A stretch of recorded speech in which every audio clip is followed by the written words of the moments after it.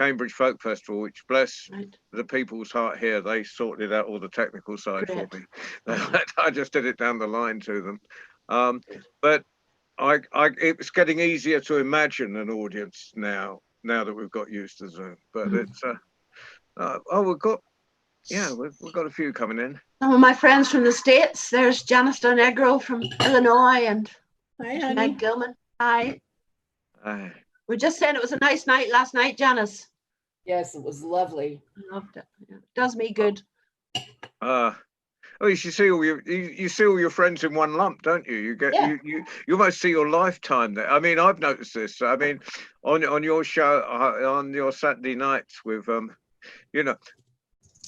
met people that I haven't seen since the 90s, like Tim Tingle and stuff, and people like that. It's just Gail Ross is going to come on next week, I think. Oh, great! It'd be nice to see Gail again. Well, She's must try get her to do another live session for me. It depends, but she has to go into town or somewhere or a library to get. She said that she doesn't get internet. There's the Orkney crew hidden, but they're there. Yeah. That's great. So what we do, I'll intro you in, and I'll gabble on a bit and then say, please can you welcome blah blah blah, but the whole world explodes in applause whether you can hear it or not, and then you go. And when I go and please, and I get everyone to applaud you, it's like the curtains are parted, the lights are on you, and it's yours, and you go for as long between 3/4 of an hour, whatever, and then we retire to the bar, the equivalent of retiring to the bar afterwards for a chat. Okay. So that's good. But I like them to be relaxing evenings, it's not so we give it about another 5 minutes. Okay. Round. Let a few people come. All feel free to unmute yourselves at the moment and say hello to Liz while we're waiting.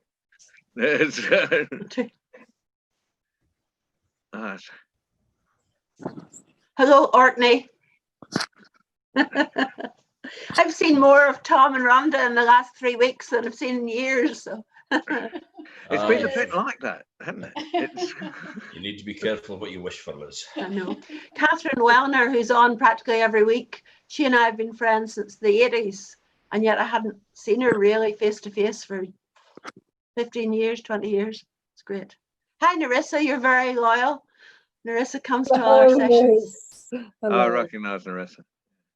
It's great. Oh, it's good to have people. We're saying, Tom, it's great to have people to look at, and because when you're just doing blank, there's Bob. Hello, Bob. Hello, Bob. Hi. Yeah. Is that Yeah, Shane? I mean, I've reconnected with Bob because of you, Liz. Oh, really? Yeah. That's good.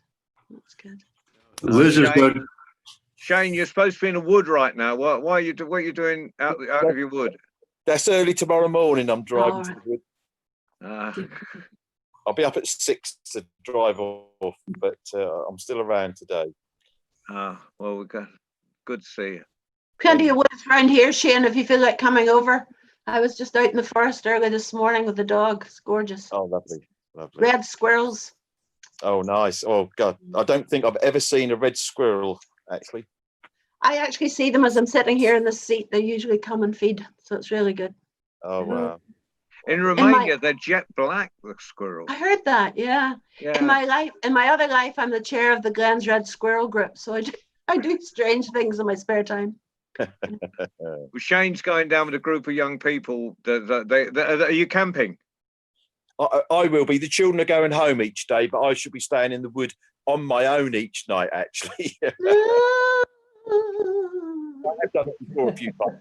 So I've got over the nerves. The first few times it's very nerve-wracking, but once you realise the only thing that can really, come and visit you at night is maybe a badger or a squirrel or something, there's not a lot to fear, really. We don't have wolves or bears. No. Right, we'll give it another minute. Okay. Oh, we've got 12 on already. This is that's Hi, Stephanie. Timpanogos, where are you? Yeah. Ah. How's Maria? Oh, we've got Zuhar's here. So there's. John. Who was asking about Maria? Maria Watton. I just heard from Dave. Hold on. He's not sure. He thinks it might have been something she ate. Ah. So, Yeah, it's a shame. Shame. We'll have to reschedule for some time. yeah. Confined to bed for a couple of days. Uh, Oh, hello. Really well, bad. I won't harass her for a couple of days then. Hi, Stephanie. Hello. There's our Gail. I didn't phone you back because I realised what time it was. Yeah. Right. Last night, I'm in the middle of doing 75 people. Last night, 76 people. People are sending me WhatsApp messages. People are sending me Facebook messages. I can't get on. Where's the link? I'm going, I've sent you the link, So you keep very calm and just smile and get on. You Hi, managed Stephanie. wonderfully. I think you keep that illusion of calmness I know. amazingly well while You're you going under the while you water. juggle and then try and get people to unmute themselves to keep the flow Okay, going. some of my older guys don't really know how to do that, so that's okay. But they're great, sure. Where would you get an 87-year-old on Zoom singing away with a microphone that talks? This microphone. Hello. I just think it's brilliant. Can I make a I was hoping confession, to get back here everybody? in time. Yeah, what's your confession? 'Cause this woman, Right. she's one of the top tellers in Ireland. I'm rearranging my kitchen and I broke my house so We're just badly that talking right now. water has run away to my mum's house with my dogs. And I'm too ashamed to change the camera angle of my Zoom. So I am here and I am listening. But you Okay. won't see me because I'm Right, trying anyway. to fix it. He's from It is Come the home. traditional 2 minutes past. Ireland. Somebody's talking. We'll have to mute them all. Yeah. So Abdu, can you mute everybody? Fantastic. So we are ready, and you're ready to go live. Abdu, that is fantastic. So welcome everybody, wherever you are in this world, in whichever country you are, in whichever hemisphere you are, to the World Storytelling Cafe. And Liz is our 100th storyteller. She was going to be one of our early storytellers, but we decided that, we agreed that she should have a throne to sit on, because ever since I started storytelling, and I was kind of late, I didn't get into the revival till about 2 years after everyone else, and which makes me, I've always felt like a new boy. But amongst the people, I don't like to call it a revival, amongst the people who brought, because storytelling never went away. It's, but amongst the people that brought it to the fore was our guest tonight. And most of you in here know all about Liz, but she is, without people like Liz, the rest of us wouldn't be storytelling. She's it's all right. It's my job to embarrass you. And so and she's not only a great storyteller herself, but she's brought on so many other young storytellers through her internships.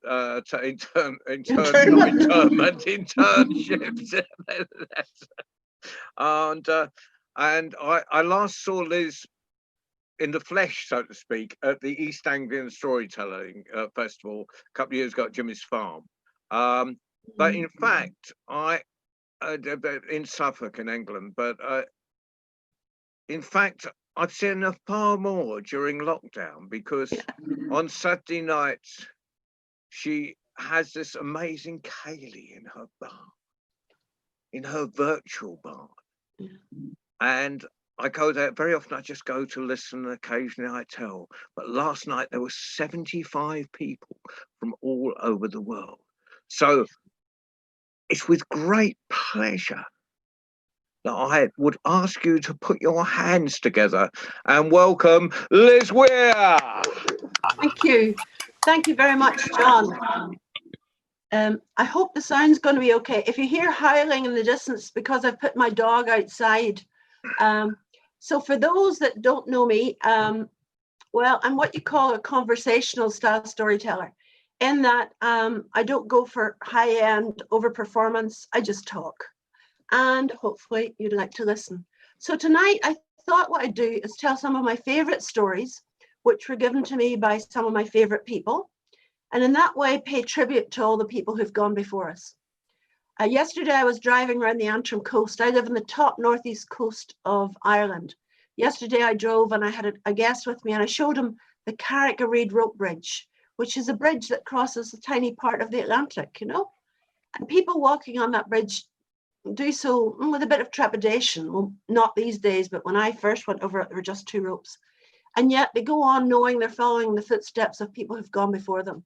And that's how it is with me in storytelling. So tonight I'm going to tell you some stories that were gifted to me and some that I particularly love. And yesterday I was going past Rathlin Island, and that's where the first story I'm going to tell comes from. Joseph Sobel last night talked about a signature story, and if there's such a thing, this is mine. And I thought it was a very funny tale he told. But where I live in the Glens of Antrim, and some of the people on tonight live there as well, there's a strong belief in fairies. Eddie Lenihan calls them the other crowd. We've fairy trees down the road, and I can walk into our pub in Cushendall, well, when it's open, and you get men standing, leaning with their elbows on the bar, and they'll talk about you even though you're standing behind them. And one day I went in and the man said, "There's that Liz, she'd have you believing in fairies." And the other man said, "Why, John, do you not?" "Ah, a lot of nonsense. Have you not got a fairy tree on your land?" "I have." "Would you cut it down?" "I wouldn't." So even people who say they don't believe in these things have a certain respect. So the story I'm going to tell you, I first heard in 1984 from the telling of a man called Thomas Cecil. He was the boatman who ferried people between Ballycastle and Rathlin Island. Then the big Caledonia McBrain ferry came in and took over. He went back to diving and sadly died of the bends. So I always like to give Thomas a thought when I'm telling this story. A long time ago in Rathlin Island, there was a young boy called Jim, about 9 years old. He loved living on the island. He loved helping with the animals. He'd bring the cows in for milking. He'd help go out and lift the eggs from under the hedge when the hens laid out. But his favourite job of all was going out to pick blackberries, plump, juicy blackberries. And he'd come home with blackberry juice running all down his chin. He always went out in his oldest clothes, you know, a jumper with holes, trousers with tears, because he came back filthy, covered in muck and dirt and thorns. Before he went away, his mother always gave him 2 pieces of advice, which parents tend to do. 1, come home before dark. Well, that's sort of sensible. But the other was, don't go near the fairy tree. He'd heard enough about that. So away he went. He was away all day, and his mother thought, I'll make his favourite dinner. And I'm not going to ask you to guess what that was. I'm going to tell you. He loved champ, lovely mashed potatoes, chopped up with scallions chopped up, heated in a little milk, twist of salt and pepper. You even get a recipe in this story. And she had the champ all ready with a sizzling butter in the top and no sign of her boy. Jim! Jim! She went out crying his name, but no response. Now, Rathlin Island is a dangerous place for anyone to go missing. Steep, rocky cliffs where seabirds nest, caves, even the one where that Robert the Bruce fellow met the spider. But anyway, the mother knocked on all the doors and all the neighbours came out and started looking for him. They lit their lanterns. They were calling his name, but he just seemed to have vanished. And when it was too dangerous to search in the dark, they put off the search till first light, and the mother sat crying in the kitchen all the next day. She knew her son was surely dead. But at supper time, she heard the door open. She heard footsteps coming across the tiled floor, and there was her boy. Well, like any parent, she didn't know whether to hug him or be cross with him. She said, where have you been? What happened to you? And when she looked at him, he looked quite different. His face was scrubbed and shining, clean, clean, clean. His hair was sitting gleaming. There wasn't a mark even on the back of his neck where there was usually a tide mark. His old clothes had no holes, no tears, no darns. He looked as though he was wearing brand new clothes. She said, what happened? I said. I was coming home late, and I was coming past that old tree that you call the fairy tree, when I saw a big bush full of blackberries at the foot of it, and I started picking them. And all of a sudden, I felt myself being nipped and pinched, and I looked down, and there was a row of little people, no bigger than my knee, fairies. They grabbed me, they pulled me down under the fairy hill. They plunged me into a bath of soapy water. They took my clothes, they scrubbed my face, my hair, they cleaned me from head to toe. They washed my clothes. Fairy tailors stitched up all the holes. And then they let me go.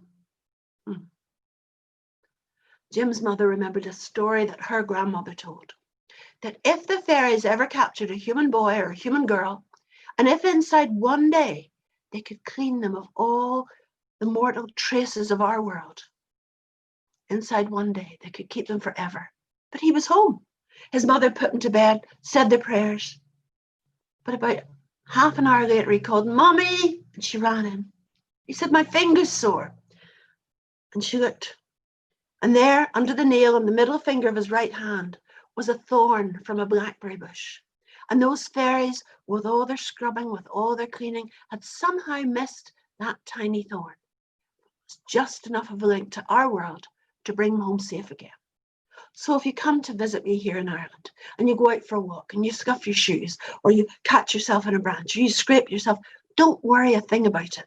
It makes sure you'll come home safe and sound, and the fairies won't take you. And that's my story, the Rathlin fairy tale. So what I'm going to do is give you a succession of stories. Today I was in Stephen O'Hara's part of the world, in the next village along, and I was walking with a friend from Canada, and I said, "Do you know the story from here?" She said, "No." I said, "I'm going to tell it tonight, so I'll tell it to you." And this, ladies and gentlemen, is a wee tiny snippet of a story, but it's a handy wee story for explaining a place name. And the story goes that many, many, many years ago, a girl was walking alongside the river that I walked along today in this village. And she saw a tiny little woman, tiny, tiny, washing a pile of even tinier shirts. And she said to the woman, "What are you doing?" And the old woman said, "These are the war shirts of the fairies from this glen. There's a big battle over in Scotland tomorrow, and I have to get the shirts ready." And the girl said, "But if the battle is in Scotland, how will I know who won?" "Ah," said the lady, "wait until this time tomorrow. Come down. And if the river water is running clear, you'll know we won. But if you come down tomorrow and the river water is flowing brown in colour, you'll know that we lost, because it will be stained with our blood." So the next day the girl waited. She came down the river at the appointed time, and there it was, rushing and tumbling, brown in colour. And ever since then, they say, if no fairy's been seen in that glen, and the name of that glen or that valley to this day is Glendun, which means the brown glen. And the village where that happened that I was in today is called Cushindun, the foot of the brown river. So that's where I was, and that's where one of our listeners, Stephen O'Hara, lives. So I love the fact that in Ireland we have stories to go with almost every place. And I love the sense of stories in the landscape. So it's a great delight to me to take people and tell them a story. This happened there and that happened here. And I've always been interested in enchantment and magic. Somebody once asked me, was I a witch? And I said, no, but I believe in magic. And I think it keeps me going. And I was brought up with stories. I didn't grow up around a traditional hearth, you know. My stories I heard from my parents were all about exploits in the war and that sort of thing. But my big brother, who joined the Air Force when he was only 18, was walking home one night from the town where we lived, Ballymena, out to our house. Getting dark. He'd left a girl home, and her name actually was O'Hara. He left this girl home, and as he came up over the hill, a hill which I walked over many times, he saw something moving from tree to tree to tree alongside. And he heard a sort of wailing sound. He knew enough to know this was a banshee, a fairy woman. And the fairy woman, the banshee, foretells death. Well, he started to run. He was in full uniform. Off came the greatcoat. Off came the jacket. Off came the sweater. My mother said he landed into the house wearing what we used to call a singlet, like an undershirt, with his eyes standing in his head, telling my mother that he'd heard and seen a banshee. She was English. She didn't believe him. But the girl that he left home, the girl O'Hara, her grandmother died that night, and he believed that he heard that banshee foretelling the death.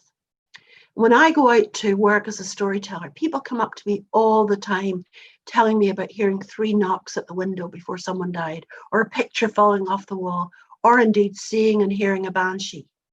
Now, looking at some of the people who are on tonight, some of you are old enough to remember a film, a Disney film, called Darby O'Gill and the Little People. And I honestly think without that film, I probably wouldn't be a storyteller. I was terrified by the banshee, by the death coach. Even the fairies were pretty scary at that time as well. So I believe that we're very lucky to live where I live anyway and to have this belief. So I want to tell you a true story about a banshee that connects Ireland and Scotland. Some people on tonight are over there across the water, as I call it. And today from Cushendun, you could see the Mull of Kintyre. I think it's 12 miles away. So we've always been linked in story. The story I'm going to tell you comes from Dungiven, which is in County Derry. If any of you have ever travelled the main road from Belfast to Derry, you go through this town of Dungiven. And as you go in, there's one of those brown environmental signs saying Dungiven Priory. And of course, it's an old ruined church building. And that's where my story starts and finishes. Because many, many years ago, there was a family in Dungiven called O'Cahon, or O'Cahan in the Irish. And actually, if you go there now, it's full of O'Cahan's. Cahan's everywhere you look. So the O'Cahan at that time owned all of the land around Dungiven. And he had 4 strong sons, but only 1 daughter, a beautiful young woman. Her name was Finvola, still an unusual name. And because she was the only girl, she got anything she wanted, you know. Her brothers would have done anything for her. Her father made sure she got an education at a time when girls didn't even get an education. She went to the Priory in Dungiven to be taught.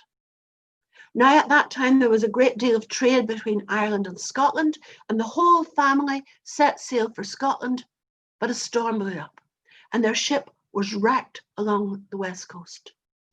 They staggered half drowned out of the water, wondering how they'd ever see Ireland again. When towards them came a ship rowed by Norsemen, and standing tall in the prow was a Highlander, Fellmore proud over his shoulder, and he said his name was Angus Og MacDonald. His father was the Lord of the Isles, and he would bring them back to his castle in Islay to give them hospitality and get a ship sorted out for the return journey. Well, they were very grateful, and as you can imagine, it took several weeks for a ship to be procured. But in that time, Angus had looked at Finvola, Finvola had looked at Angus, and love had blossomed between them. And so when it was the time for the O'Cahans to return home, Finvola brought with her the heart of Angus. He pursued her. He begged her father for her hand in marriage. The father said, "No, you're not marrying my daughter. My daughter's not going to live in Scotland. No, no, no, no, no. Oh, Daddy, he's the man I want to marry." You know, the sort of pleading, persuading. Of course, he could deny his beloved daughter nothing. And he agreed. But he demanded a promise, which you'll probably find a strange request. He said that if anything were to happen to Finvola, Angus must promise to bring her body back to Ireland for burial. What young couple thinks of death at the time of marriage? Of course they promised. They were married, and it was a happy marriage. They had several children. But when their youngest child was just a few days old, Finvola took a fever, the sort that women would take in childbirth in those days. She died, nothing to be done. Angus was heartbroken, but even more so when he remembered that promise he made. How could he send her body back to Ireland? No, no, no. No, he said, no, she'll have to be buried here where the children and I can go and pray at her grave. By the time the word reaches Ireland, no, it'll be done. There's nothing they can do. But you see, Angus reckoned without one thing.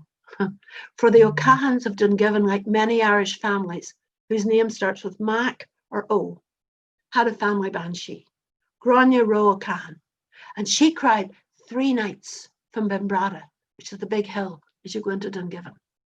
Everybody in the family heard it, and they went round. Anybody sick? Anybody being prayed for? Everybody was well. There was only one person they didn't know about. And her father knew in his heart that his daughter Finvola was dead. He armed his men to set sail for Scotland to bring her body back by force. The Scots saw them coming. They armed themselves. They were going to fight for the Irish princess whom they loved. But Angus, he was a man of honour. And he said, no, no. She came to me in love, and in love I will return her. And they loaded her body onto the ship. They sailed back to Ireland again, and they buried her there in the Priory of Dungiven. So if you're ever going up and down that road, and you see that sign, pull off the road, park the car, walk down in, and think of Finvola Kahn, for that's where she rests to this day. That's the story. There's a very famous song called The Gem of the Roe, The Gem of the Roe. Her name was Finvola, the Gem of the Roe. And a wonderful singer called Cara Dillon, who comes from Dungiven, does a very good version of that story. And I particularly recommend her because I was in a school years ago. By the way, you're going to get anecdotes from me. You'll get those anyway. I was in a school in Derry. And usually when you do storytelling in school, as John knows and other people here know, you'll get some poor child who has to stand up and says, thank you, Mrs. Weir, for coming to our school. And if you're me and you're lucky, you get a bunch of flowers or a card. Never happens in America, by the way, but that's a whole other story. Anyway, so up got this girl and she sang for me. And I thought, this child has the voice of an angel. Well, that child went on to become the famous recording star, Cara Dillon. And every time I see her, she's as nice and as innocent as the day I first met her. So if you ever get the chance to listen to her sing The Gem of the Roe, please do. And by the way, any of you have really good ears, you might hear a plaintive howling in the distance from my lovely dog, Eric, who normally lies here through all the sessions. I put him outside just in case he would disturb this session. So if you hear howling, it's not me, it's him. Or it's a banshee, one or the other. So another story for you. In my time, there have been storytellers that I've really looked up to. I was fortunate enough to meet people like Eileen Caldwell, wonderful librarian, storyteller, terrific woman. And one person that I always wanted to meet was a lady called Alice Kahn. Alice Kahn left Belfast at the age of 12 and went with her family to live in Toronto in Canada. And when she grew up, she became children's librarian for Toronto Public Libraries. Some of you may or may not know that I became children's librarian for Belfast Public Libraries, so I always felt there was a connection.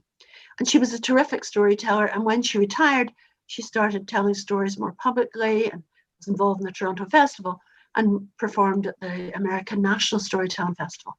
So years ago, I was invited to go over to the Toronto Festival, and I got to meet her, and she was 90 years old in a wheelchair, very frail, and she patted my hand. She said, "You're the one with the Irish voice," which I thought was just about the best compliment ever.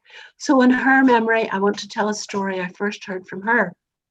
It was collected in County Mayo, a place called Kahn, where The Quiet Man was filmed. Some of you maybe know that film, very stage Irish, John Wayne, Maureen O'Hara. But anyway, this story was collected there by a man called Samuel Lover.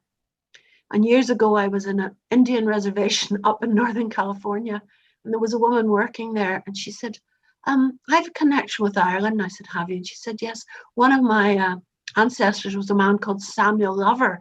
I suppose you haven't heard of him. And of course, it was my delight to tell her the story that I'm going to tell you. There once was a beautiful lady who lived in a castle high up by a lake. She was engaged to be married to a king's son.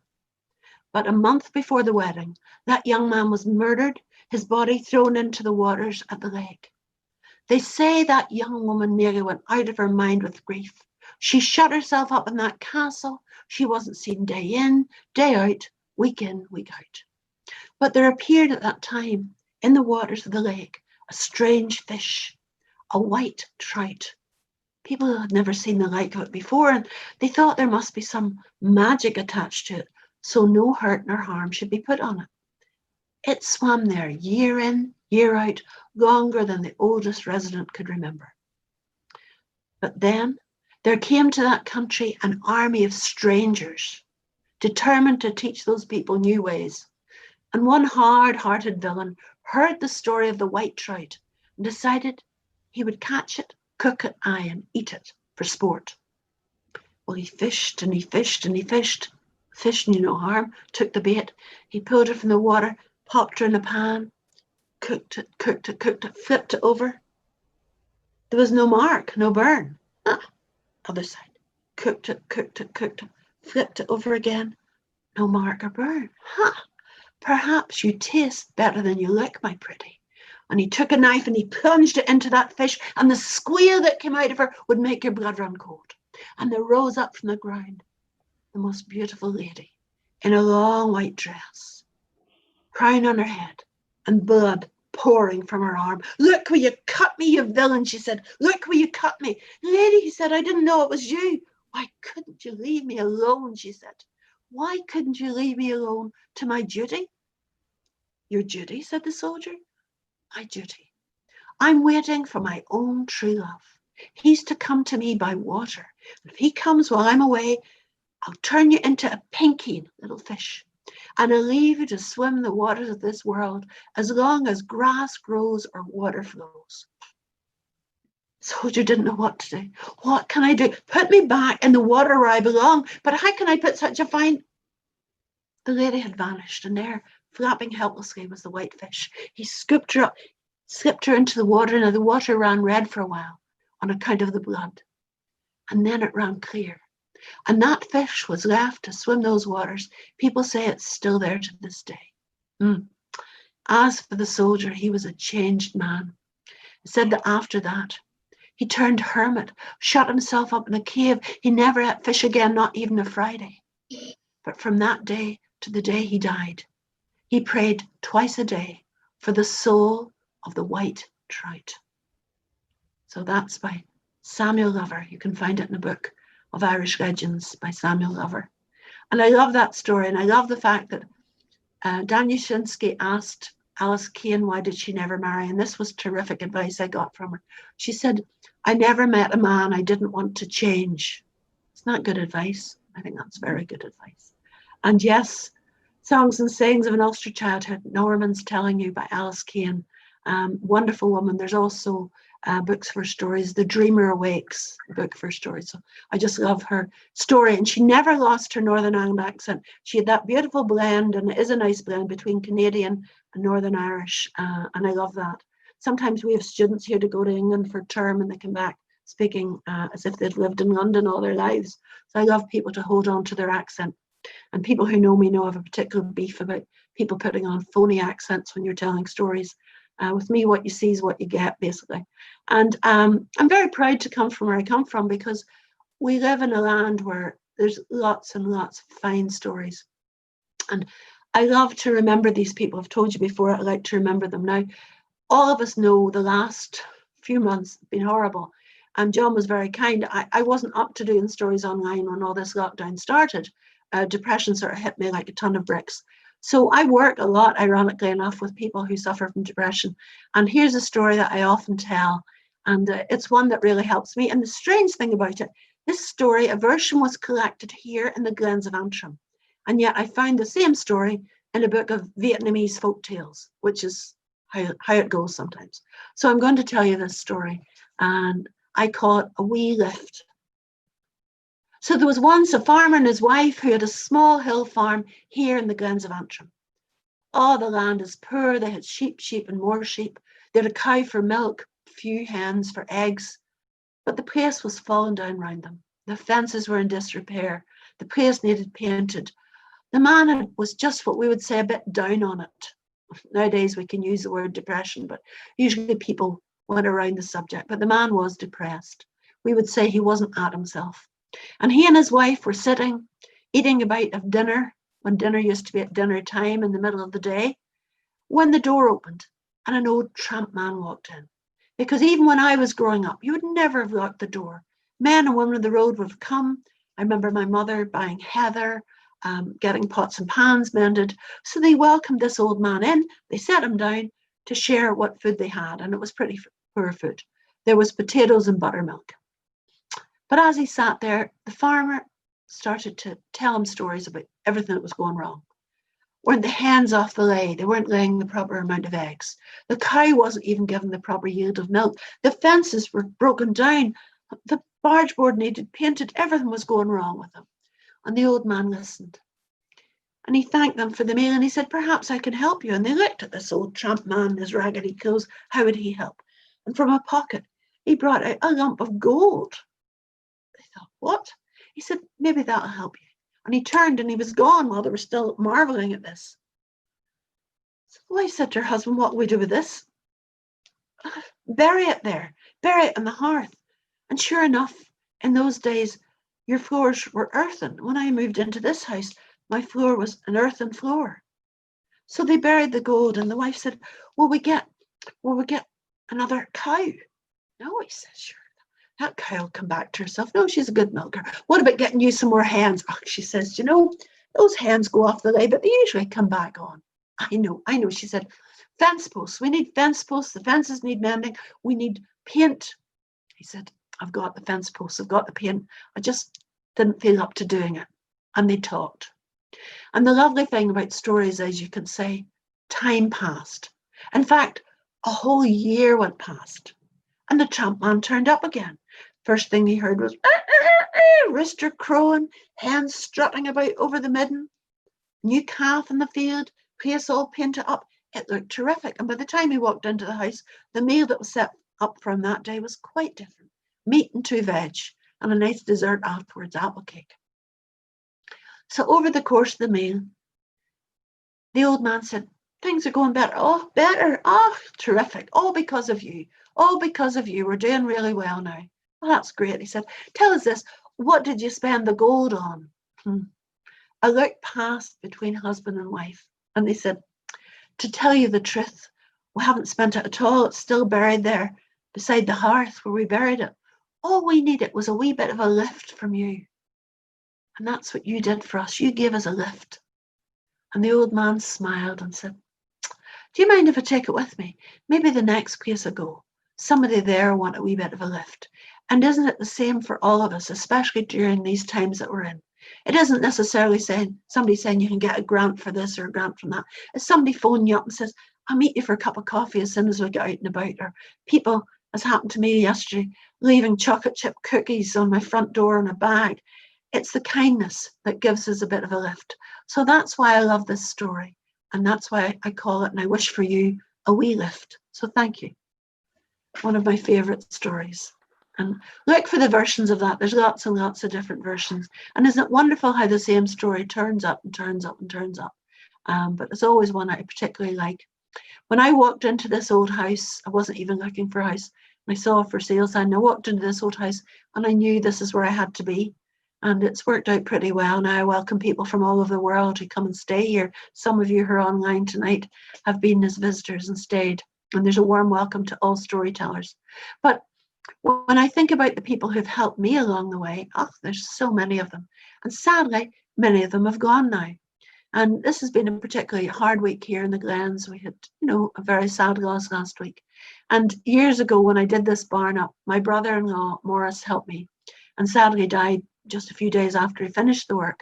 And as John says, I take interns from all over the world. And I had a wonderful young woman from the Czech Republic called Lucy. And after Morris, my brother-in-law, died, she wrote me a card and she asked a question because she remembered the story that I'm going to tell you. I first heard it from an Argentinian man called Marcus Bale, who lives in Cork now, at a storytelling workshop. And since then, I've heard Sharon Aviv, an Israeli storyteller, tell it. And I said to her, where did you get that story? And she said, I got it in a kibbutz. And I said, She said, an Argentinian woman told me. And I said, that's it. So here's the story.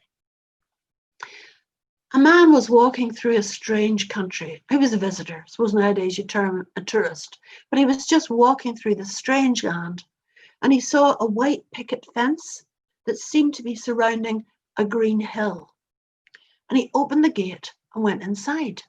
And this green hill was covered with little piles of stones. Each pile of stones had a name, and each pile of stones had an age. But it was something like 5 years, 4 months, 3 days, 7 years, 6 months, 1 day, 8 years, 1 year, 3 years, 9 years. And he thought, this is terrible. This is what has happened here. And he came out shaking his head. And as he came along the road, there was an old man sitting in a big hat, and he said, "Excuse me, sir, are you from around here?" I said, "Yes." And he said, "Could you tell me what's happened here? What disaster has happened here?" And I said, "Disaster?" He said, "Yes, this is a graveyard." He said, "Yes, it is. But has there been a plague? What has happened to your children?" "Our children?" Yes, they're all children, 5 years, 3 years, 9 years, 7 years, 1 year. "Oh, no, no, no. No, no, no," said the old man. "No, no, no." And from around his neck, he took a string, and on that string was a little book. He said, "No, no. When we're born, we're given a book like this. And as we go through our lives, we write down special moments. A child is born. We fall in love. We spend time in the company of good friends. And that's what we write in our book. And when we die, they don't put the number of years we have lived. No, no. They add up all those special moments of time.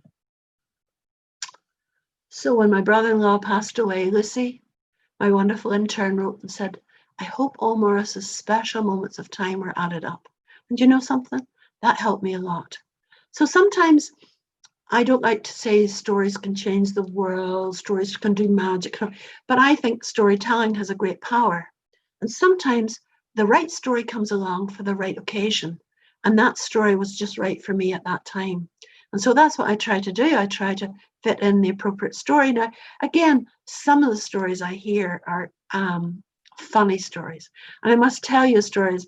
Some of you know I'm writing a book about all these things, but I do a lot of work with people who are living with dementia and go into a lot of nursing homes. And any of you storytellers that do that, you know you had to acquire a really thick skin and not be too sort of proud of yourself, because you'll soon be brought down. You hear somebody say, "Is she still talking?" Or, "Oh, shut up." I mean, that's what you get used to, and you do get used to it. So one of my party pieces, because I was a little girl who used to sing on the stage, I hated it. I'm a very shy person. I'm still a very shy person. And my party piece was a song called "Softly, Softly" by a Belfast singer called Ruby Murray, whose claim to fame is she had more hits in the British top 20 than any other singer, even, you know, the Beatles, Michael Jackson, any of these people. Ruby Murray had more hits. So I go into this, launch into this lovely song, "Softly, Softly," which you'll be very pleased to know I'm not going to do for you tonight. And usually all the old people join in, and it's lovely. So I finished, and this woman, whom I now know is called Phyllis, said, "Ruby Murray would be turning in her grave." So I, innocent I am, said, "Why would that be?" She said, "Because you can't sing." And I said, "Some people say I haven't got a bad voice." "Well, I don't know who told you that, dear. I'm just telling you straight. You can't sing. If I were you, I wouldn't sing." So I said, "Oh, I've driven 40 miles to be insulted." She was delighted. But I've been back there, and Phyllis and I are old friends now. I don't sing when I go there anymore. No, I don't. But the other people were so embarrassed, they were plying me with tea and coffee. So this is what I want to say to people when you're talking about storytelling. Storytelling can be grand performance in a theatre or Timpanogos with 1,000 people on a hillside, or 2,000, or however many thousand they have. But I actually love telling stories person to person, which is why lockdown hit me so badly. So I feel as though I'm telling it straight to you people now.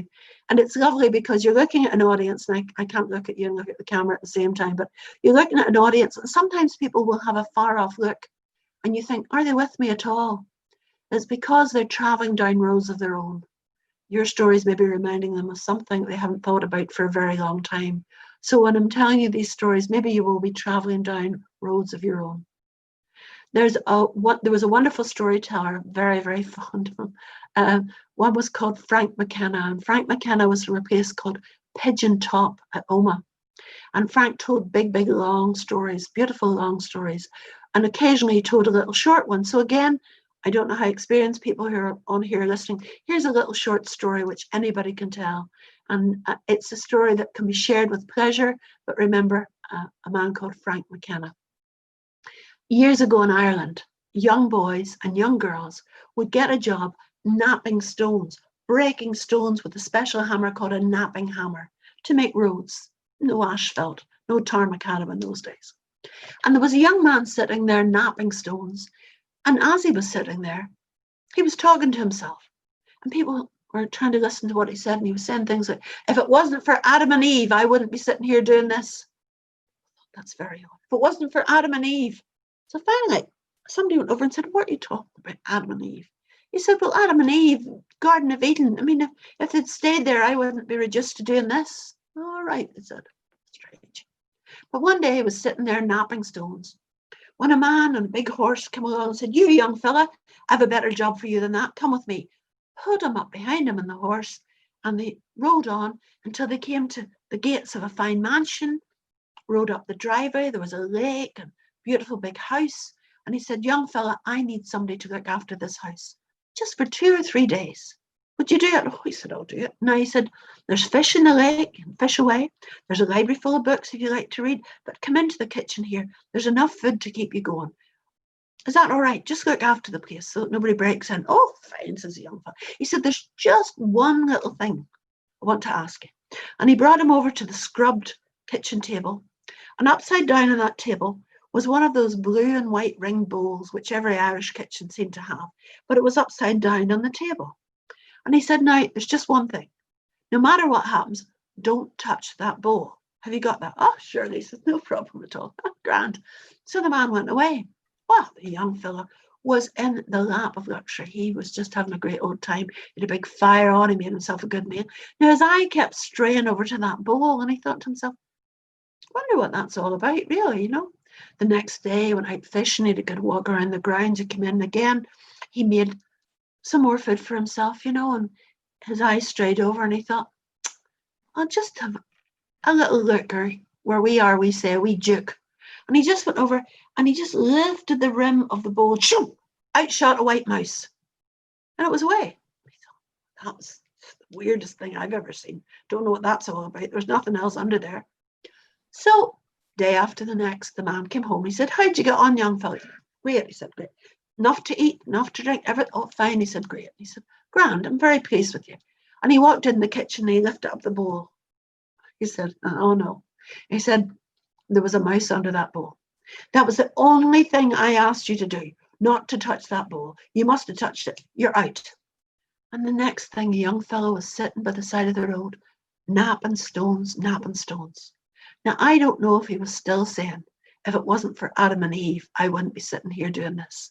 But you know and I know, if it wasn't for his own stupid curiosity, he wouldn't be doing it either. That's the story. And you know, thank you.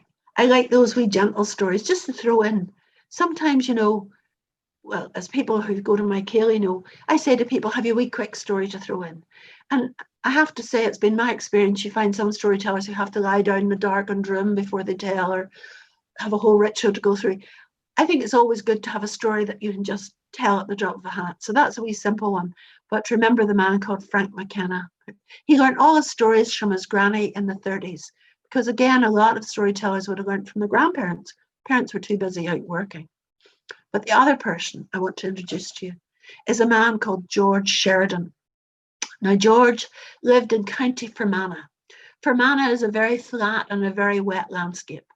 They say that Fermanagh, you measure the land in buckets rather than acres because it's so wet, many, many lakes. Some of you have probably seen it in those canal journey documentaries with Prunella Scales and Timothy West. Our own Jack Lynch storyteller actually joined them for part of that journey. So my story is from there.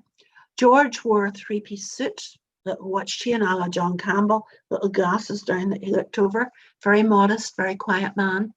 And he would drive me around telling me stories of the landscape. And he was so laid back, he would stop his car in the middle of the road and tell a story.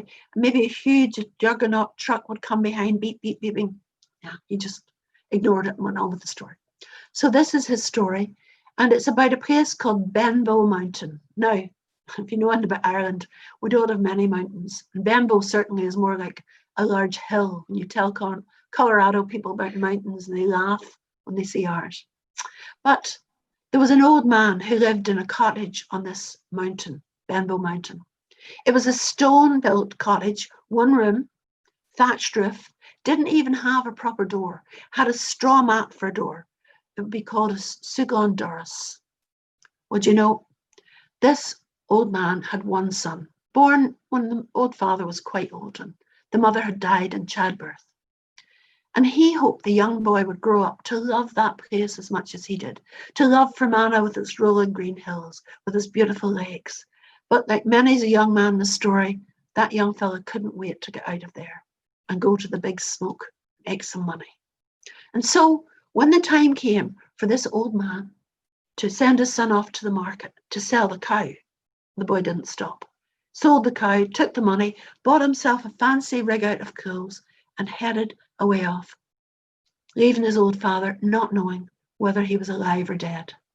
The old man lived there alone on the top of this mountain, and from it, he could see all around. People called him the Lord of Benbow, for he was master of all he surveyed. That was his nickname.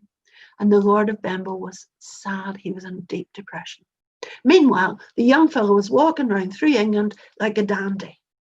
And he was coming along one day, and he came to big gates like the one in the last story. He saw the sweeping driveway. He saw a big house, not quite Downton standard, but something of that ilk. And he thought, that is the sort of place that I should have been born. That's the sort of place where I belong, not where my father's living. And as he was standing surveying it, a voice behind him said, "And who might you be?" And he turned around, and there was a beautifully dressed young woman.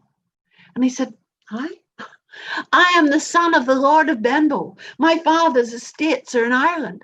Oh, she said, my father is a duke. This is our home. Won't you come for tea? So again, think Downton. Think entertaining guests, lavish, sumptuous food, servants. The young fella thought he was landed, and he started talking. The gift of the gab. He told stories about his father's castle, his father's estate, and so on and so on and so on. And the girl was just mesmerized by it. Well, the father thought, my daughter likes this young man too much. I need to find out about him. So he went to his library and he brought down Debrett's Peerage, Burke's Peerage, started going through them, but you won't be surprised to know, not a trace of the Lord of Benbow, not a hint of him. So he got a servant, he said, I want you to go over to Ireland, find this Lord of Benbow's castle, talk to him, report back to me. Now, ladies and gentlemen, if I were to set you off from where you are now to find Benbow Mountain on the Fermanagh-Leitrim border, it would be hard to do.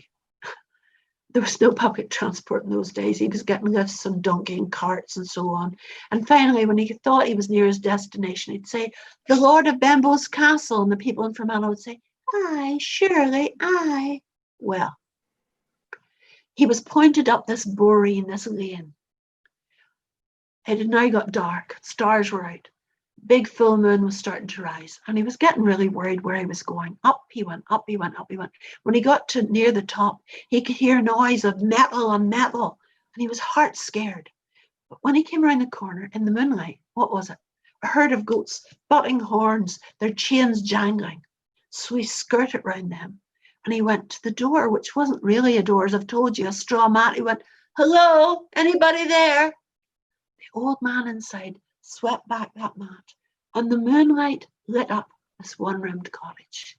And the old man was talking for both of them. Stranger, stranger, come in. You'll not go home down the mountain tonight. You lost, come in. And before he knew it, he was sitting on a creepy stool, a little three-legged stool, drinking tea with goat's milk in it. He never tasted anything like it. And he looked around this room. All he could see was one settle bed. There wasn't even a table. And the old man still talking for both of them. You'll not go home down the mountain tonight, stranger. You'll stay here. He saw the one bed. He thought, where am I going to sleep?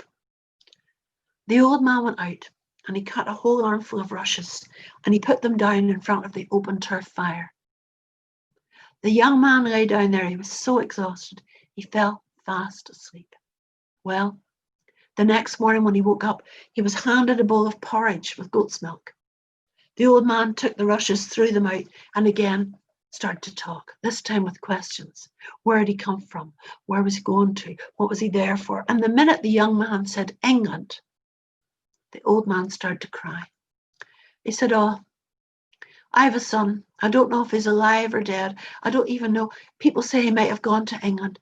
And he started to talk with such love about this son. Well, the young man immediately realized what was going on. And he was touched by the old man's kindness, giving him this food, the like of which he'd never tasted before. And he smiled and he said, I'm here to bring you news of your son. Your son is doing really well. Do you know your son is in England and it's likely that he's going to marry the daughter of a duke? What? And he talked, and as he did so, the old man's tears of sadness turned to tears of joy, and he brought the young man to the door of his cottage, and before him lay the beauty of Fermanagh. He shook him by the hand, he thanked him, and the young man gave a smile and thanked the old man for his kindness, skirted round these goats, which looked a bit fearsome, down the hill and back to England. When he got to his master said, well, did you find the Lord of Bembo? He said, I did, sir. Talk about him. Well, he said, the Lord of Bembo's castle is well fortified on a great location where you can see all your enemies coming. And in fact, it's defended by an army so fearsome, you can hear their armor clanking before you get near. As for the door of that castle, sir, I doubt if there's a carpenter in England would know how to make that door. He said, the bed that I slept in, well, you know, I was the first to sleep in it. And after me, it was thrown out to be replaced for the next guest. He said, the lamp that lit that room, you, sir, with all your gold, could never afford to buy. He said, the food I ate, I doubt if there's a chef in England would know how to prepare that. And he said, the view from that castle far exceeds anything England has to offer. He said, yes, I met the Lord of Bembo. And all I can say, sir, is that your daughter is very lucky to be marrying the son of such a fine gentleman. And that's the story. And I see Sharon's telling me something here. Thank you. Sharon has to go. Frank Mckenna had a tape, yes, at the Ulster Folk and Transport Museum. He didn't want to forget the stories. He'd learnt them all in his 30s, and he told the stories. That's absolutely true. And George Sheridan's stories were recorded. Here at the Ulster Folk and Transport Museum in Belfast, there's a library resource centre that has a lot of these stories, Thomas Cecil's stories, all recorded. So those are really good to see as well. So I'm going to just finish up shortly and then we can have questions and so on. I think that I like to round off a session, and there's a story I know Tom and Rhonda and Orkney like. Some of you have heard me tell it before. Again, it's one of my favourite stories, and people said to me, where did you get that story? So my friend Catherine Wellner, who's up in Kelowna now in BC, I went to visit her in Seattle, Washington in 1990. She was then on the board of what's called NAPS, the National Association for the Preservation, Perpetuation of Storytelling. Of course, it's now, well, there's two organizations, NSN and ISC. But in those days, we went out to do a session. It was called Tales from the Emerald City, because Seattle's called the Emerald City. It's roughly in the same parallel as Ireland, and the weather's pretty similar with a lot of rain. So we told this, and she told this story, which she had adapted from a book called People of the Sea. And I particularly like this story. So this will probably be my final story that I'm going to tell you, and then we can talk or not, as you choose. I personally love to have questions, and I work very well with questions, but I particularly like this story. Before I finish, I told a wee story, and before I tell you that story, I told a story last night. I don't like people to go on and on too long, and I told the story online last night of the young curate who was standing in for an old minister, and an old man, just one parishioner, came to the Sunday evening service and said, this is Sunday evening, we should tell this. And the young man preached his heart and soul out for a full hour. And the old man was sitting there listening. And when the young curate came down to shake hands with the parishioner, he said, what did you think of my sermon? And the old man said, son, I keep hens. When I go out with a bucket of meal to feed the hens, and only one hen comes, I don't give them the whole bucket. So I try to keep things short and sweet, not give, especially in this context, I think short stories work best. So I'm going to finish up with one of my favourite stories. There was once a young fisherman who lived with his wife on an island off the west coast of Scotland. They had a baby boy, and you'd swear nobody had ever had a baby before, for that young man was so proud of that child. He took him for walks, he fed him, he changed him. Not unusual in these days, but in those days, unusual for young men to behave like that. He would carry his son down to the sea and he'd say, when you're big, me and you will go fishing together. And the baby would smile and the wife would scowl. She said, no son of mine's going to be a fisherman. No, too dangerous, no. The baby would smile. The wife maintained it was wind, but the young man knew the baby understood. When that child was about 6 months old, a knock came to the door, a messenger to tell the young woman that her father had a fever. Could she come? Oh, she said, I can't come. I can't come. I can't take the baby to a house with fever. What are you talking about? He said. Sure, when I look after the baby, the fishing season's almost over. I feed him, I change him, I take him for walks. You go on, look after your father, I'll look after the baby. Away she went with a really happy heart. He was just as good as his word. He fed the child, he took it for walks, changed, did all the things you should do. But the next morning there was a knock at the door, and when he looked, it was another young fisherman. He said, are you coming out? It's the last good day we'll get this season. No, he said, I can't. No, I've got the baby. Oh, sure, bring the baby out with you. We'll just go out for half an hour. What? Mary would kill me if I took the baby out fishing. Anyway, he's sleeping. How long will he sleep? Well, he'll probably sleep for another good hour. Sure, we'll go out for half an hour, bring him out. I have the very place for him. We'll leave him nice and safe. We'll go out for half an hour. We'll bring him home before he wakes. Everything will be grand. Foolish, foolish. They wrapped the sleeping baby in a blanket. They set him in the boat. They rowed to the northern tip of the island, where there was a big sea cave. They carried the baby up. They set him on a little ledge of rocks, and they were careful. They put rocks around him. He couldn't fall over. And off they went for their 30 minutes of fishing. And it was going grand. And they just turned to come back to the cave when all of a sudden the wind changed and the sea started to boil up. The wind was howling. The two young men were pulling, trying to get to that cave before a wave would wash over it. But the next thing, didn't a wave take their boat? And the both of them ended up in the water. When the young fisherman came to and opened his eyes, he was lying on the pier and his wife was looking down at him. She said, where's my baby? He couldn't speak. What could he say? That storm raged for 3 days and 3 nights. And for 3 days and 3 nights, they waked that child. And the wife never spoke to her husband.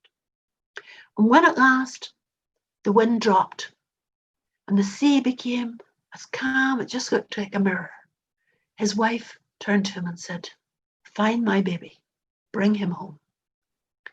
And he stepped into that boat and rolled out across this calm sea, pulled up the boat, stepped into that cave, and there was a movement, and his heart lifted, but it was only a seal suckling her young. And when he stepped forward to that rocky ledge and looked, the heart went sideways in him, for all that was there was a blanket. How could he bring this back? He grasped it in his arms, turned to come out of the cave, but as he did so, didn't the seal slip off the rock, leaving behind no seal pup, but the baby with the milk of the seal around his lips. The seal had suckled that child for the length of the storm. He wrapped his baby in the blanket, set him in the boat, rowed to the shore. There stood his wife, and up into her arms he set a happy, gurgling bundle of joy. And if the wake had lasted 3 days and 3 nights, the party on that child's return lasted a full week. And they say that ever after that, no man on that island ever killed a seal. And that's my story. So thank you for listening to my stories, people. Thank you very much. I feel distant from you, but thank you so much indeed. And Liz, you took us on such a journey. oh well, sure. Such a journey. That was lovely. And, Thank you. Yeah, and if you unmute yourselves, Abdu, if you allow everyone to unmute themselves. Anybody's got a question, I'm happy to talk. We'll imagine we've been taken to the bar and we're sitting around the bar having a little natter with Liz, and so. Oh, that was fantastic, Liz. Really fantastic. Really enjoyed that. Good. Who's that speaking? Claire. Who was that? Claire. Oh, Claire. How are you, Claire? How are you? Thank you, Claire. You have to come to the barn. Claire nearly came to the barn last week to stay, so hopefully she'll come again. She's a fine author, fine poet. That's great. Anyone else got a question? Hello. Stephen. Yes, Stephen. I just want to say I've known you for a long time, and you were talking about people who have given you a lift and people who have helped you through bad times. I haven't actually heard you tell stories for an hour, because every time I meet you, you're helping other people to get access to their stories, and it's such an unusual pleasure for me to actually just hear you do your own thing. And what a wonderful evening I've had listening to you. Oh, Stephen, that's very kind. This man, by the way, ladies and gentlemen, is a fine storyteller. He's one of my latest crop of storytellers. He runs a fantastic cafe called Cafe Revive in Cushendall. When it reopens, he will tell you stories along with giving you good baking. So I'm trying to promote tourism. Anyone else got a question? Thank you, Stephen. Norman, is that you? Yes, I actually I want to ask you about something that I've only seen online, the Vocal Arts Center. That's still a thing? The Verbal Art, it's called the Verbal Arts Center. It's based in Derry. Verbal, okay. Yeah. Verbal. And I used to be their storyteller in residence. I'm not obviously anymore. And well, they promote, we used to do a lot more storytelling. For 7 years, I ran to Shorten the Road, an international storytelling festival out of there. And then the director changed and the focus went more for reading rooms, and storytelling wouldn't be something they do so much out of, which is a real shame.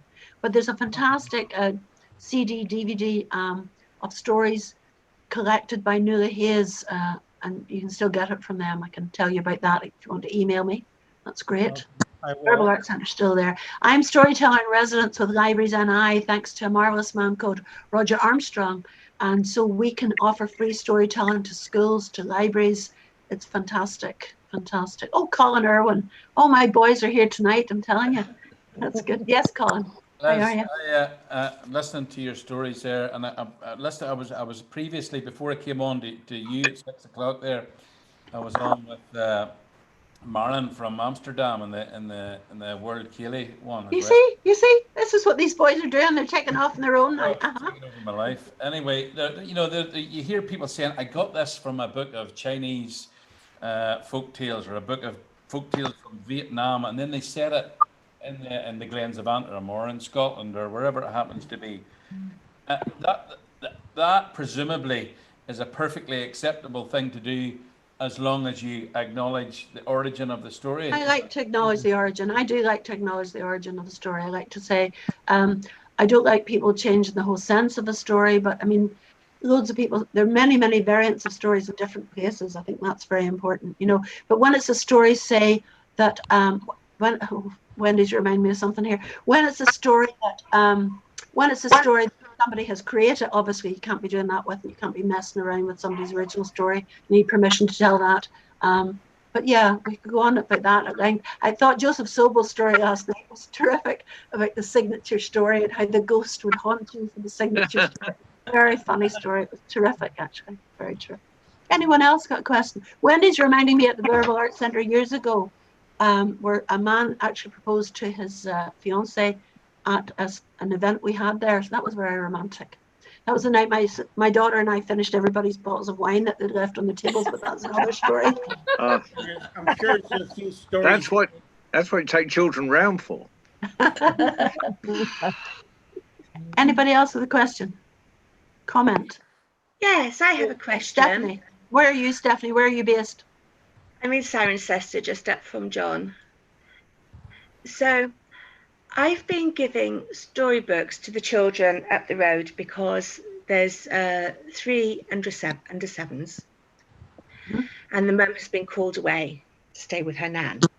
And they've just knocked on my door yet again to say, these books you've been giving us, can we have another book? Do we have to read the books? And I said, yes, there's no point in having a book if you're not going to read them. And I'm wondering, what age is it better to ensure that there is somebody to read stories or tell stories? Oh, I'm going to 70 and I still want the books they beg for. Yeah. Always. Yes, we always want to listen to stories, but when is your opinion on when you should tell children they should start to actually read for themselves if they want to discover the stories? Shouldn't be an either or, should be both really. Because the one way to encourage children to read a book is to talk about the book, show them the book, encourage. Wendy's a librarian too, so she's so we would be doing that. And I think it's still important to read to children, teenagers, even when they're old enough to read for themselves, but it has to be the right book for the right child at the right time. You can't superimpose something just because you think it. No, I get parents saying, I read that book when I was 7, but actually they were probably 14 when they read it, you know. So it's very important to take advice and to suggest the right book for the right time. So yeah. Who's that? Sharon, are you talking? No, Sharon? No. Shane, I did have a Shane, point. no, Sharon was down there talking as well. Shane, yes, hello. Shall I follow Sharon? No, I think you're on. Sharon's muted herself. Okay, so my question is a little bit to do with sort of the sensibility of parents around what children get to hear, and where am I going with this? So oh, I'm hesitating. Sorry. So I work as a therapist part of the time. So when I do that work, I'm more gentle with my language. But when I tell stories, I like to be fully in the story.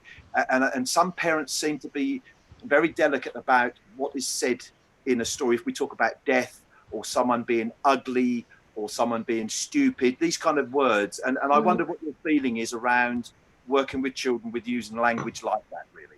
Well, I think we just had a workshop with Daniel Morden, and we were talking about how language has changed over the years. You know, in the olden days, people would have thrown in hunchbacks and crippled. I remember Duncan used to do that all the time. I'd be sitting going, oh God. We're a lot more sensitive now about the words we use to describe people when we talk about disability or ugliness or whatever. I mean, people could be ugly and mean-spirited rather than ugly, physically ugly. I think it depends the age group, where you are, what the purpose is, and so on. I mean, I go to places where I'm not allowed to mention witches or magic. You know, you need to know where you are and what's accepted. I remember this lovely lady saying, I just moved to another church and I want to have a Halloween storytelling event. And I said to her, have you talked to other people in the church about this? And she said, oh no, but we did it in our last church. And I knew where she'd moved to. And I said, I think you should maybe talk to them about it. We might want to have an autumn tales. Well, when she went back and told them she wanted to have the children dressed as witches, it all went. So it's a question. With storytellers, we have to be sensitive to where we are. Now, the stories I tell in the pub at 11:30 at night that I won't be telling at a Women's Institute meeting at 8 o'clock at night, you know. And I think it's just a question of knowing your language, what you're comfortable with yourself, and take feedback from your audience as well. I think that's so important. That's helpful. I mean, I do work with my gut normally, so that, and I do have that sensibility. I think because I'm very into Duncan Williamson at the moment, and I love his use of language. I just love it. But I just think, oh, I'm not sure I could say that, and I don't say the hunchback. I say, I can't remember what I do say, but I don't use such graphic language. And I just wanted your opinion, because you work with children a lot, and just, you know. But also you have to use your eyes and ears as well. I was doing storytelling one day and I said to him, everybody put up your hand like this. I can't see. And I said, no, put up your hand like this. And it turned out there was a child at the back who was blind and she couldn't see. And so, again, you have to be very aware and look and see. I could tell you many there's funny, sad stories about that. Sometimes the very worst thing you could say, But I remember telling a story one night and a woman started to cry. And in my head, I was running my story through. What about that story could have made that woman cry? It was at Yarn Spinners. What about that story? So at the break, she came up to me and she said, you mentioned Harry Scott, who was one of my old storytellers. And she said, he was a friend of my husband. My husband died a month ago and I haven't been able to cry. But when you mentioned Harry's name, the release came. So you never know what's going on, the dynamic between you and your listener. You never know. And but you have to be sensitive to it. You have to be watching. There's a great book, Folk Tales for Reading and Telling by Lila Berg. One of the first books I ever used when I started telling stories. And she says, if we say that storytelling is a gift, we mean exactly that. Not that only certain people can do it, but whoever does it for a child gives them something wonderful and precious. So wonderful and precious are two good words. But what she also says, they're watching you. You have to be watching them because they're expecting good things to come out of your mouth to their ears. If you're going to a ghost story event, you expect to be scared. But if I see tiny 4-year-olds, I'm not going to go hell for leather, full blast. The first few stories I'm going to tell, but the next two are really, really scary. And if the parents are sensitive, they take them out at that stage. If they leave them in, not my problem. You have to give people a night. Lila was such a wonderful woman. I must drop in with an anecdote here. I worked at Colchester Arts Centre. I had a little bookshop at Colchester Arts Centre, and she lived near there. And the Eastern Arts Association, Regional Arts Association, were going through a lot of changes in the 80s, and they were wrecking the Writers in Schools scheme. Yeah. And I was sitting having a cup of tea with Lila in the Arts Centre, and we were, in the ways that people get together and sort of complain about, have a mutual complaint about what's happening to the arts, and like it's just very gentle, sort of little bird says, I think I'm getting in my car, and I think I'm going up to the office, and I think I'm going to tell them exactly what I think of it.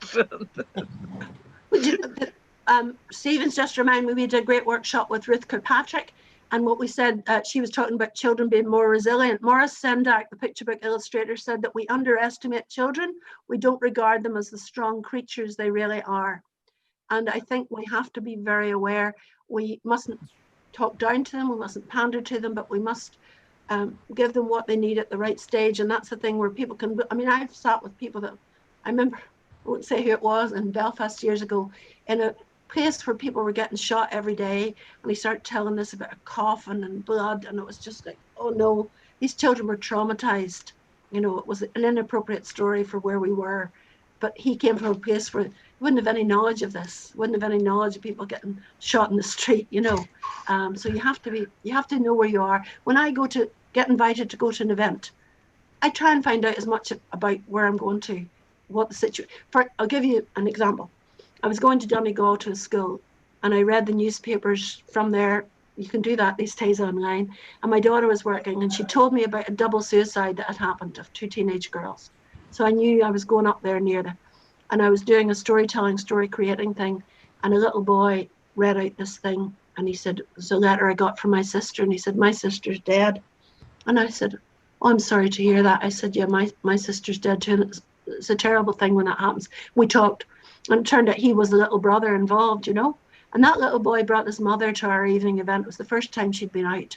And, just by me being aware, if he'd hit me with that, with me not knowing anything, sometimes it can happen. I mean, one time I was telling the juniper tree, which some of you know, except it was apples and oranges. My mommy killed me. My daddy ate me. I've never told the story since, by the way. And a strange hush came over the room. And it turned out there was a child there whose mother had died the day before, and they'd sent her on to school, which was totally irresponsible. I've actually never told that story since, because that stayed with me, the horror of that. And it wasn't the story's fault, it wasn't my fault. It's people that sent the child on to school without warning. So I always like to ask teachers, librarians, is there anything I should know about? Is there been anything recent? I think we have to be sensible. Sorry, this has turned into a lecture. You came for a storytelling performance. I can't help myself. You're allowed. Liz. Yes, who's that? It's Tom. Hello, Tom. Wonderful. Thoroughly enjoyed that today. It's just lovely to hear you. And, the barn things is just absolutely brilliant. But there is a kind of a lack of Liz Weir in it.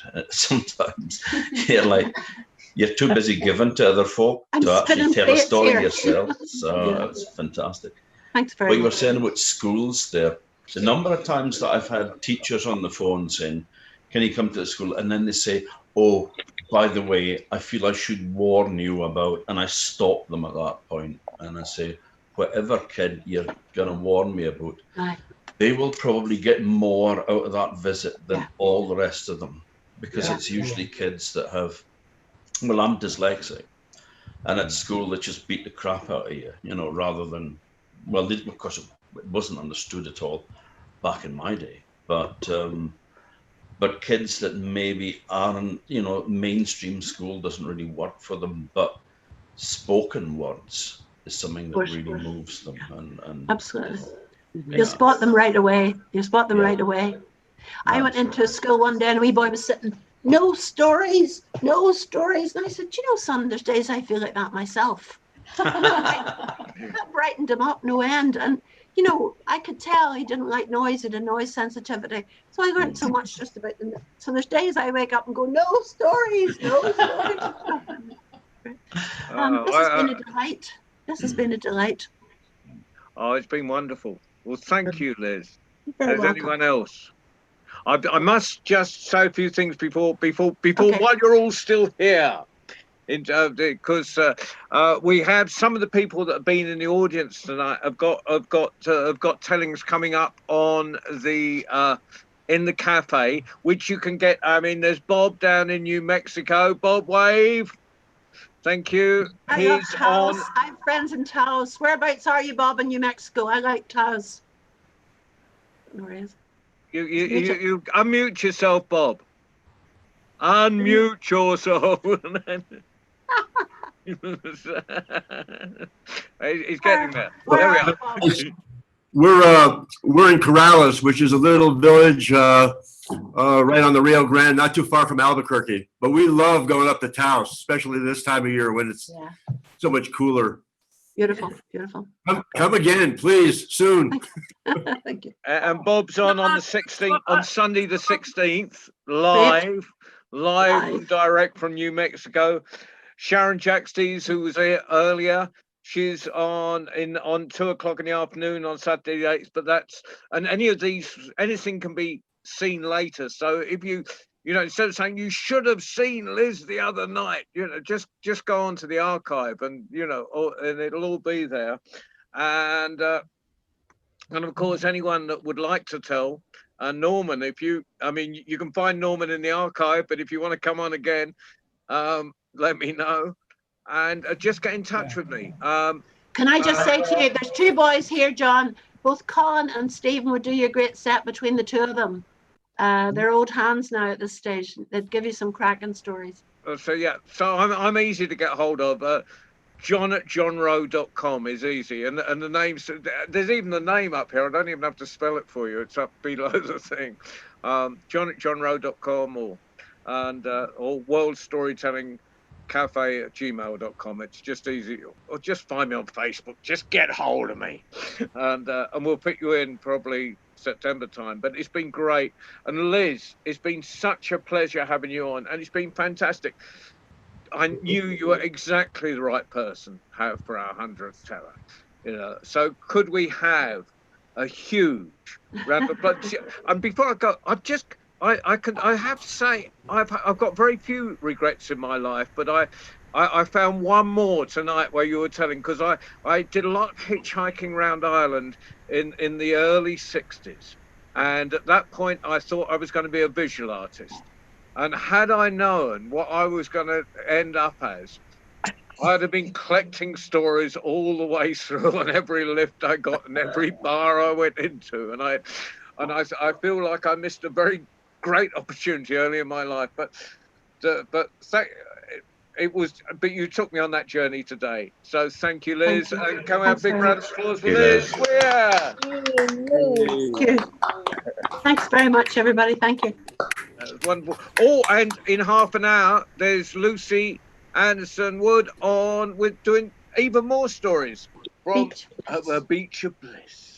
Sounds lovely. Thank you. Bye-bye. Bye-bye, everybody. Bye-bye. Thank you. Bye. Thanks very much. Bye-bye. Thank you. Bye. Brilliant stuff. Oh, fantastic. Really enjoyed that. Yeah. Abdu, thank you very much for driving us. Brilliant. You gave us a smooth ride. We would definitely recommend you as a bus driver for the world. John? Yeah. Bring me. Will do. You can't escape on Zoom, can you? No. That's not. We've done that. Okay, turn everyone off now. Bye. Bye.